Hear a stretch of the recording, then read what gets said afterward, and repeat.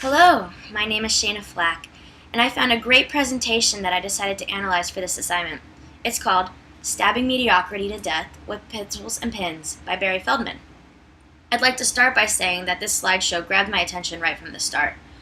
The title page started with a great font, colors, graphics, and titles that all worked in with the message.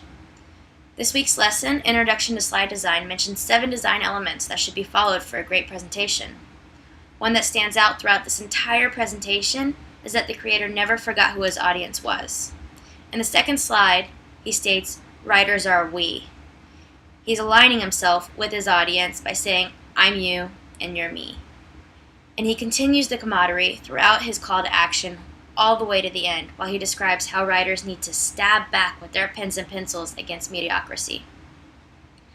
Another design element that this presentation mastered is one mentioned in Slides That Rock, and that is cool fonts. The presentation's design is enhanced by the wonderful fonts used throughout its course. When the author wants to stress his point, he changes the font to pinpoint the message of the slide. This can be seen in slides 4 through 8.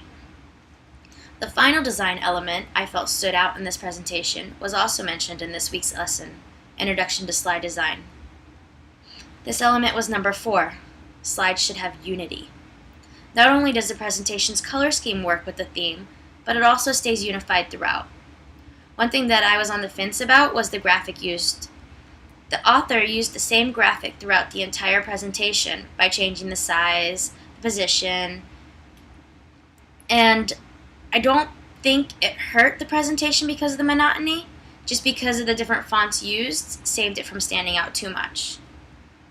Nancy Duarte has stated 5 rules for effective presentations, which I believe this slideshare follows all 5.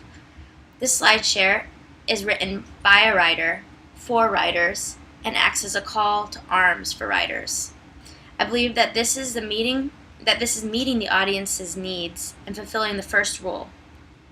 Some exhibits when the author includes the audience in the message are slides 2, 4, 5, 6, 15 through 20, and 22 through 24. The entire presentation is aimed at spreading ideas. The author's call to arms is to fight mediocrity by putting pencil to paper and writing.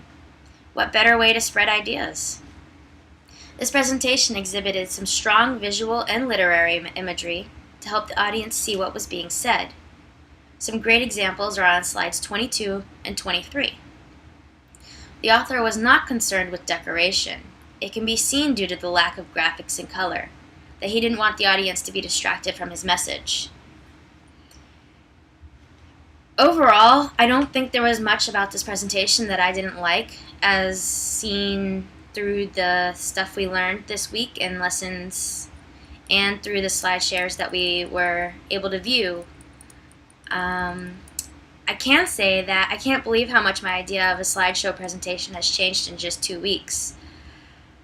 And I hope to apply the same call to arms almost that this presentation used in my own presentation, and at the same time not let colors, graphics, and too much data take away from my message that I'm trying to tell.